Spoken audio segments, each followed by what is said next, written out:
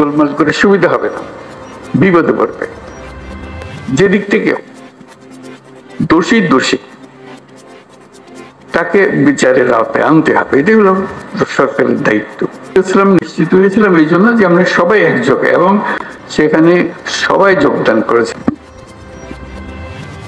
আমরা এক জায়গাতে এক কাতারে ওইখানে চলে আসি যখন আমাদের জাতীয়তার প্রশ্ন আছে, আমাদের পরিচয়ের প্রশ্ন আছে। আজকে বসলাম এই জন্য, পরিস্থিতি যা পত্রপত্রিকায় দেখছি, মানুষের মধ্যে দেখছি, তো মনে অনেকগুলো প্রশ্ন জেগেছে। সেই প্রশ্নগুলোর জবাব খুঁজে পাওয়ার জন্য আপনাদের সঙ্গে বসা। এই সরকার যখন গঠন হয় জুলাই অভ্যুত্থানের পরপরই আমি বিমানবন্দরে উপস্থিত হওয়ার 8 তারিখে, মনে আছে আপনাদের,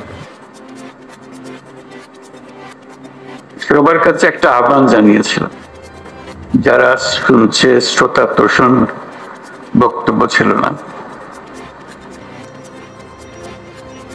বলছিলাম যে এটা আমরা একটা পরিবার। আমরা আমাদের নানা মত থাকবে, নানা ধর্ম থাকবে, নানা রীতিনীতি থাকবে, কিন্তু পরিবার এক। আমরা সবাই একই পরিবারের সদস্য, এটাতে জোর দিয়েছিলাম। আমাদের শত পার্থক্য সত্ত্বেও আমরা কারোর শত্রু নই, পরস্পরের শত্রু নই। আমরা বাংলাদেশি, আমরা এক পরিবারের সদস্য। নিয়ে বসলাম, আলাপ করলাম, এটা কিভাবে করা যায়, এটা থেকে উদ্ধার পাওয়া যায় কিভাবে। তখন দুর্গাপূজার সময় আসলো, তখন বললাম যে একটা সুযোগ, কারণ এখানে একটা বড় সমস্যা হইতে পারে, যেহেতু এটা পূজার ব্যাপার, আনন্দের ব্যাপার, উৎসবের ব্যাপার, এখানে হামলা হওয়ার সম্ভাবনা আছে। আমাদেরকে নিশ্চিত হতে হবে যে হিন্দু সম্প্রদায়ের উপরে কোন রকমের হামলা যেন না হয়। আমি খুব খুশি হলাম, সবাই এটা খুব সিরিয়াসলি নিল। আপনাদের মনে আছে, খুব উৎসব সহকারে সবাই দুর্গাপূজা করলো। কয়েক হাজার পূজা মণ্ডপ ছিল, সব জাতীয় খবর সুন্দর হয়েছে। তাঁতিবাজারে একটা ঘটনা হয়েছিল, একটা ককটেল ফাটিয়েছিল একজন, ফাটায়নি, ককটেল মেরেছিল, এটি একমাত্র খবর ছিল। তবু আনন্দিত হয়েছিলাম, নিশ্চিত হয়েছিলাম এই জন্য যে আমরা সবাই একযোগে, এবং সেখানে সবাই যোগদান করেছে। শুধু হিন্দু সম্প্রদায়ের উৎসবের বিষয় ছিল না, এটা পুরা জাতীয় উৎসবে পরিণত হয়েছিল। সবাই উৎসব করেছে, ছেলে মেয়েরা গেছে, বুড়া বুড়িরা গেছে, মুসল্লিরা গেছে, মৌলানারা গেছে, সবাই গেছে, আনন্দ সহকার করেছে। তারপরে মনে একটু তৃপ্তি পেলাম যে না, একটু তো কাজ করেছে। এখন আবার নতুন কথা, হামলা হচ্ছে, অত্যাচারিত হচ্ছে, এবং বিদেশি গণমাধ্যমে না, প্রচার মাধ্যমে বলবো, প্রচার মাধ্যমে প্রচারিত হচ্ছে যে এটা হচ্ছে। আমি খোঁজ নিচ্ছি যে কেন হচ্ছে, কি হচ্ছে, সব দিক থেকে হচ্ছে না, হচ্ছে না, একদল খবর হলো হচ্ছে, আর খবর হলো হচ্ছে না, মাঝখানে একটা ফারাক থেকে যাচ্ছে, এটা ঠিক না। এটার অবসান হতে হবে। আমাদেরকে যে তথ্য আমরা পাচ্ছি সেই তথ্য ভুল হতে পারে, কাজে তথ্যের উপরে ভরসা করে বসে থাকলে কিছু নাই, এটা অন্ধের মতো বসে থাকার মতো। আমাদেরকে ভেতরে গিয়ে দেখতে হবে প্রকৃত ঘটনাটা কি। তথ্যের মধ্যে গরমিল কেন? তা কি ওরা যা বলছে সেটা মিথ্যা প্রচার, আমরা যা বলছি সেটা মিথ্যা প্রচার? সত্যটা কোথায়? এই সত্য, প্রথম কথা হলো আমাদের লক্ষ্যের মধ্যে কোনো ফারাক নেই, কোনো গোলমাল নাই, এটা আপনাদেরকে নিশ্চিত করা। এবং তথ্যগুলো কিভাবে আমরা পাবো, কি ঘটনা ঘটছে সেটা আমাদের জানা। প্রকৃত তথ্য, অনেক সময় সরকারি তথ্যের উপরে ভরসা করা যায় না,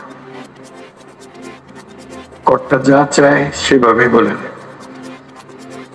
আসলটা মন খুলে বলতে চায় না, তো যেহেতু কর্তা নারাজ হবে তাতে। আমরা আসল খবরটা জানতে চাই, কিভাবে জানতে চাই এবং সেই প্রক্রিয়াটা প্রতিষ্ঠিত করতে চাই। এটা শুধু আজকের 2 দিনের গোলমালের কারণে একটু চঞ্চল হয়ে কথা বলছি তা না, প্রকৃত পক্ষে এটা স্টাবলিশ করতে চাই যে ঘটনা ঘটতে পারে। এটা এত বড় একটা দেশের মধ্যে কত রকমের কাণ্ড, তার মধ্যে একটা কাণ্ড হয়ে গেছে, হয়ে গেলে তাৎক্ষণিক ভাবে যেন খবরটা পাওয়া যায় এবং সমাধান করা যায়।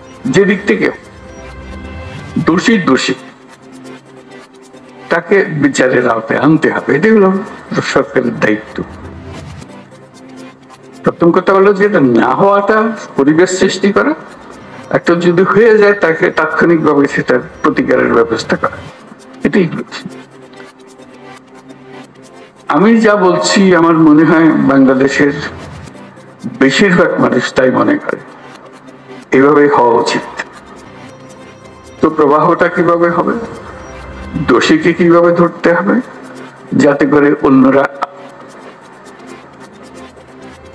তো মেসেজটা পেয়ে যায় যে এখানে গোলমাল করে সুবিধা হবে না, বিপদে পড়বে, তার পরিবার জেনে যায়, তার প্রতিবেশী জেনে যায় যে সে ধরা পড়ছে এবং ভবিষ্যতে কেউ উৎসাহিত না।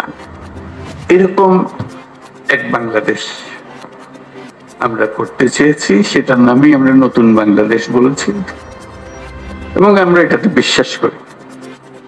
এটা শুধু কথা দিয়ে আপনাদেরকে সন্তুষ্ট করে আজকের মতো বিদায় নিলাম ওরকম না, এটা করতে হবে এবং দ্রুত করতে হবে। এটা ভবিষ্যতে একদিন হবে, এটা কথা বললে লাভ নেই। ভবিষ্যৎ তো আর আমরা কোন দিন দেখবো না, আমরা বর্তমানের মধ্যে আছি, বর্তমানেই করে যেতে হবে যাচ্ছি। কাজেই সেটি আপনাদের কাছে আরজ যে খোলাখুলি ভাবে আলাপ করবেন বিষয়টা, এবং এই তথ্যটা কিভাবে পাবো, কিভাবে সংগ্রহ করব, কিভাবে নিরাপদে সংগ্রহ করব, যে তথ্য দিচ্ছে সে আবার বিপদে পড়ে না যায়, মুশকিল তো, ওইটাও নিশ্চিত করা। এবং সত্যি প্রকৃত দোষী ব্যক্তি চিহ্নিত হয়েছে এবং সবাই আনন্দিত হয়েছে যে খবরটা ঠিক জায়গাতে পৌঁছেছে এবং সেই খবরটার একটা প্রতিকার এসছে। শুধু খবর দেওয়া না, খবরের পেছনে এটা প্রতিকার এসছে। তো সেই বিষয়গুলো আলোচনার জন্য আজকে এসছে, আপনারা খোলাখুলি ভাবে আলাপ করবেন, আদিলের বোধহয় এটা সঞ্চালন করবেন, উপদেষ্টা আদিল।